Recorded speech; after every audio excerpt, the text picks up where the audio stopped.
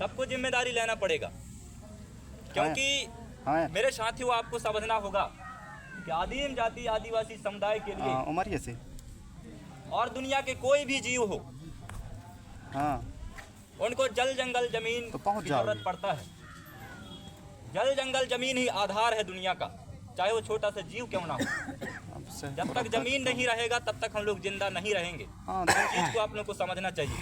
जमीन हमारे लिए बहुत बड़ी बात है, इसलिए जमीन की लड़ाई को जो है आप हल्के में ना लें। देखो ने भेजवा लो ये मामला सिर्फ हमारे क्षेत्र में ही नहीं है, पूरे देश के अंदर जहाँ जहाँ आदिम जाति आदिवासी समुदाय के लोग रहते हैं साथ में, और उनके साथ रह रहे अन्य जो दबे कुचले वर्ग के लोग हैं, अच्छा बाइक में आ रहे हैं ना, उनको इसी तरह विस्थापन के माध्यम से परेशान किया जा रहा है पूरे देश के अंदर। आप सोशल मीडिया में जुड़े रहते होंगे, सामाजिक गतिविधियों से परिचित रहते होंगे, तो आप लोग देखते होंगे जहाँ जहाँ आदिम जाति आदिवासी समुदाय के लोग रहते हैं वहाँ किसी न किसी माध्यम से विकास कार्य के नाम से बड़े बड़े प्रोजेक्ट लेकर आ रहे हैं सरकार के लोग। और सरकार काफी चिंता का विषय है मेरे साथियों। क्या विकास कार्य के लिए जो है हम लोग अपने पुरखों के बचाए हुए जो जल जंगल जमीन है उनका भेंट चढ़ाएं? क्या हम ही देश का विकास करेंगे? क्या बाकी लोगों की जिम्मेदारी नहीं है? साथियों, काफी दुख का विषय है, आप लोग को समझना होगा।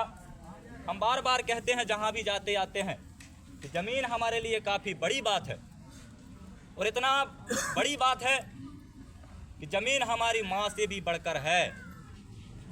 मैं इसलिए कह रहा हूं क्योंकि एक माँ वो होती है जो हमें जन्म देती है, और एक माँ वो है जो हमारी माँ को भी खिला पिला कर बड़ी की है, वो जमीन है।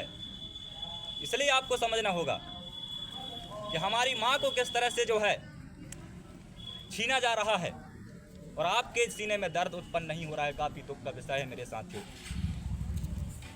और ये बात तो बात, इस चीज को भी समझना होगा कि ये जो क्षेत्र है, हम जिस क्षेत्र में इकट्ठा हुए हैं, ये क्षेत्र कोई सामान्य क्षेत्र नहीं है।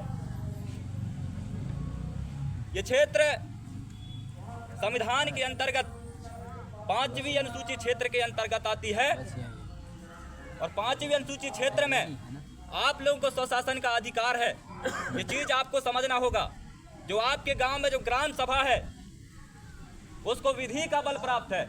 विधि का बल मतलब संविधान का पूरा बल आपके ग्राम सभा को प्राप्त है। संविधान का मतलब आप लोग समझते होंगे, देश उसी संविधान से चलता है, कार्यपालिका, न्यायपालिका और विधायिका, जिसके माध्यम से पूरा देश चलता है, और इन तीनों चीजों के बल आपके ग्राम सभा को है। इसलिए 18 अप्रैल 2011 सुप्रीम कोर्ट का जजमेंट आया है, जिसमें सुप्रीम कोर्ट ने यह डिफाइन किया है कि लोकसभा ना विधानसभा सबसे ऊंची ग्राम सभा। तो सुप्रीम कोर्ट भी जो है हमारे ग्राम सभा को बढ़कर समझा है। तो आप लोगों को समझना चाहिए मेरे साथियों कि देश में किसी भी तरह से लोकतंत्र नहीं है, देश में किसी भी तरह से संविधान और सुप्रीम कोर्ट हाई कोर्ट को नहीं माना जाता। यदि हाई कोर्ट सुप्रीम कोर्ट को माने होते तो आज जो हमारे बांध प्रस्तावित हुआ है वो कहीं ना कहीं ग्राम सभा के एनओसी के बाद, ग्राम सभा के परमिशन के बाद ही बांध प्रस्तावित होता, और वहां के जो भूमि है उसका अधिग्रहण के लिए ग्राम सभा की अनुमति लेना पड़ता। लेकिन अफसोस आज आप लोग देखते हैं जो धारा 11 का जो प्रथम सर्वे है, भूमि अर्जन कानून के जो धारा 11 का जो सर्वे है, तो बिना किसी ग्राम सभा की अनुमति तो पूर्ण करा लिया गया है। आप सोचिए, यदि देश में संविधान होता, देश के सुप्रीम कोर्ट हाई कोर्ट के मानना होता, आज जो धारा 11 का सर्वे है वो ना हुआ होता। आप सोच सकते हैं यदि हम लोग ऐसे ही शांत बैठे रहे तो आपका जो लास्ट जो सर्वे होता है धारा 19, वो भी इसी तरह कर लिया जाएगा, जब तक आप अपने अधिकारों को नहीं समझेंगे। काफी दुख का विषय है मेरे भाइयों, काफी दुख का विषय है। और धारा 11 का जो सर्वे है हमारे क्षेत्रीय जो भी अधिकारी कर्मचारी हैं उनके माध्यम से हुआ है, जो वो भी गांव में ही रहते हैं। उस जमीन से गद्दारी, जिस जमीन ने खिला पिला कर बड़ा किया, उस जमीन से गद्दारी हमारे लोग ही करते हैं। लेकिन हमारे जो लोग हैं उनको समझ में नहीं आ रहा है। और इस चीज को भी आप लोगों को समझना होगा, जो हमारे भारतीय संविधान में हमारे लिए जो अधिकार दिए हैं, हाई कोर्ट सुप्रीम कोर्ट के जो हमें कुछ जजमेंट मिले हैं जो हमारे पक्ष में आए हैं, उनके माध्यम से हम लोग लड़ाई लड़ेंगे। यदि शासन प्रशासन के लोग भी हाई कोर्ट सुप्रीम कोर्ट और भारत के संविधान को मानने से इनकार करते हैं, तो हम सब लोग मिलकर शासन प्रशासन के लोगों के ऊपर FIR करेंगे, उनको भी जेल काटना पड़ेगा। लेकिन कब? जब हमारे में एकता होगी। आज आप लोग देख लिए धारा 11 के सर्वे बिना ग्राम सभा के NOC बिना ग्राम सभा के परमिशन कैसे कर दिया गया है। काफी दुख का विषय है मेरे साथियों, और हमारे गांव के लोगों किसी को भी पता नहीं है क्या चल रहा है हमारे साथ आज।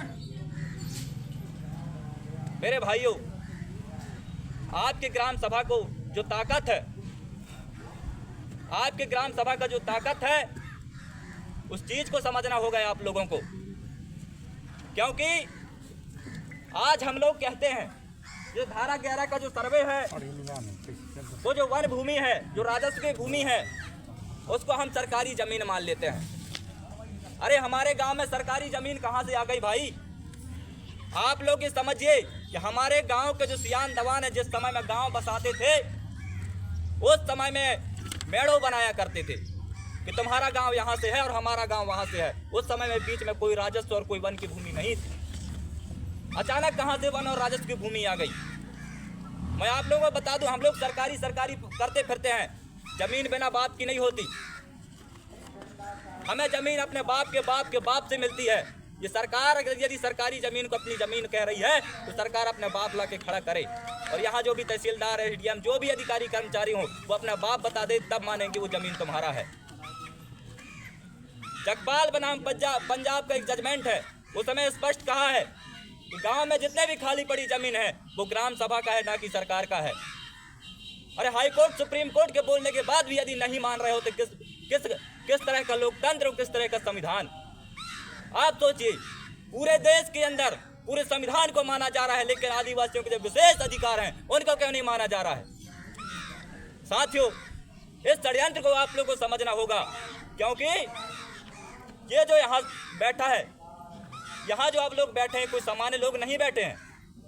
ये कोई नागरिक नहीं है। संविधान के आर्टिकल 19 डिफाइन करता है, ये कोई नागरिक नहीं है, ये देश के मालिक हैं। 5 जनवरी 2011 सुप्रीम कोर्ट का एक जजमेंट है, उसमें भी ये कहा है कि 8% आदिवासी इस देश का असली मालिक है, बाकी सब इमिग्रेंट पीपल यानी विदेशी आक्रमणकारियों के संतानें हैं। ये रिपीटेशन का मामला है, कोर्ट का मामला है। आप कोर्ट को चैलेंज करिए। कोर्ट कहता है कि हम देश के मालिक हैं, और वही सुप्रीम कोर्ट का जजमेंट के जो पॉइंट नंबर 19 है, वो कहता है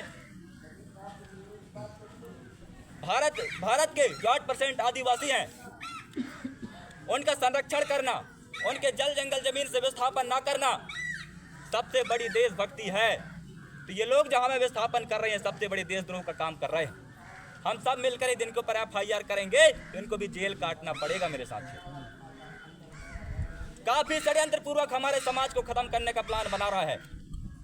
ये कोई विकास नहीं है, ये विकास का सिर्फ एक ढोंग है। एक तीर से 2 इंसान कर रहे हैं। हम लोग आदिवासियों को खत्म भी कर लें और हम विकास भी कर लें। अरे किस काम का विकास भाई? आप क्या विकास करवाना चाह रहे हो अपने लाश के ऊपर से? हम बिल्कुल नहीं चाहते, क्योंकि हम लोग जमीन को अपनी माँ ही समझते हैं, और माँ का सौदा हम लोग जो है कागज के टुकड़ों में नहीं करते। वो करते होंगे जो हमारे सांसद महोदय हैं, विधायक महोदय ओम प्रकाश फग्गन सिंह लोग, वो करते होंगे, क्योंकि वो फर्जी आदिवासी हैं। और आप उनसे सवाल करिए, उनको बिना कपड़े के भगाओ। इन्हीं के कारण ये सब हो रहा है। अरे हमारे जिम्मेदार लोग बैठे हैं, कोई विधानसभा लोकसभा में जाके नींद निकाल रहे हैं क्या? हम लोग बार बार किसके यहाँ कितना पैसा भरा है बताओ भला? बार बार किराया लगा के इकट्ठा होकर यहाँ पे बैठ के और ये निर्णय करते हैं।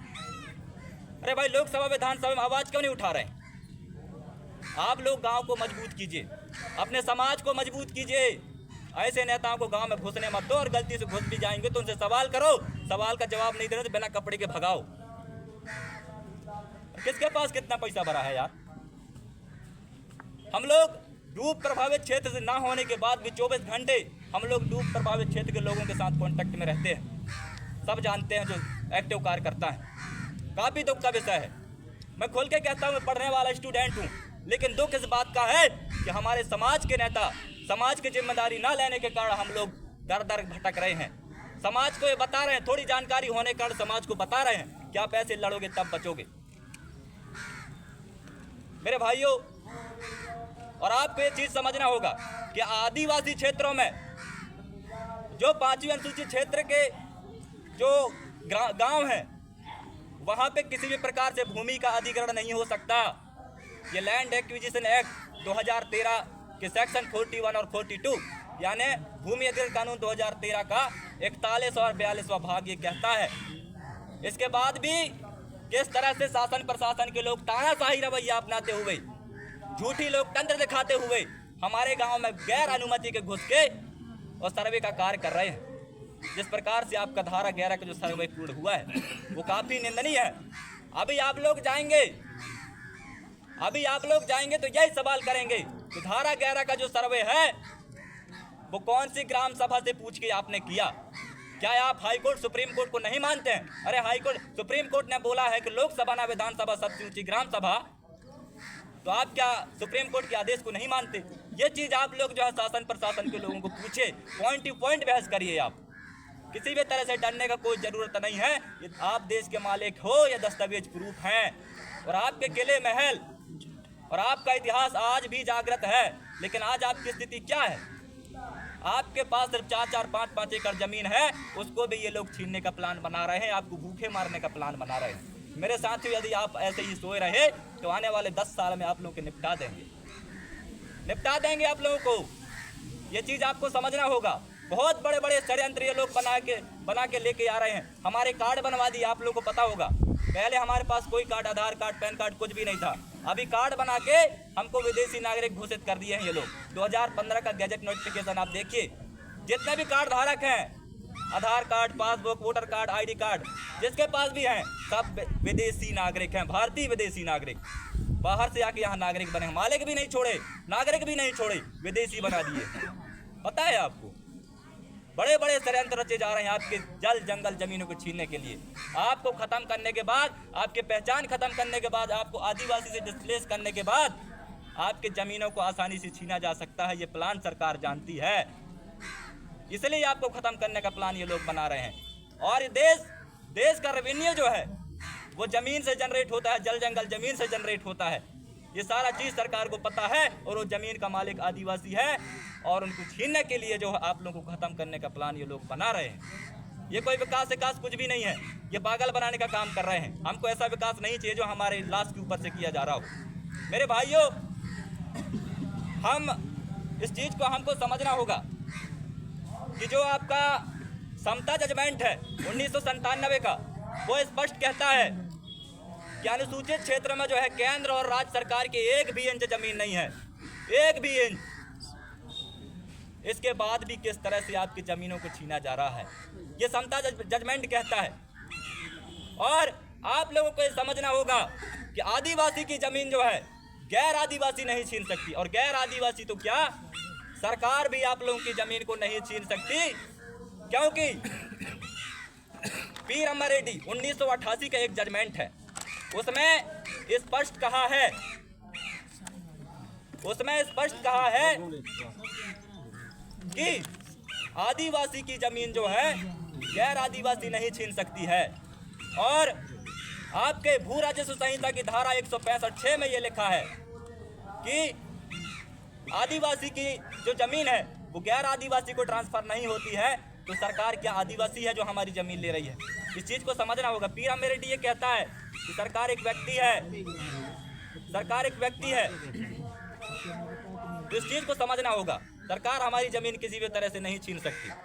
मेरे भाइयों, आप लोगों को ये समझना होगा कि जमीन हमारे लिए बहुत बड़ी बात है। हम लोग बार बार कहते आए हैं, और इस चीज को भी समझना होगा कि हम लोग अपने भाई भी यदि हमारी जमीन में हल डाल देता है, पैर डाल देता है, तो तलवार लेके खड़े हो जाते हैं, डंडे लाठी लेकर खड़े हो जाते हैं।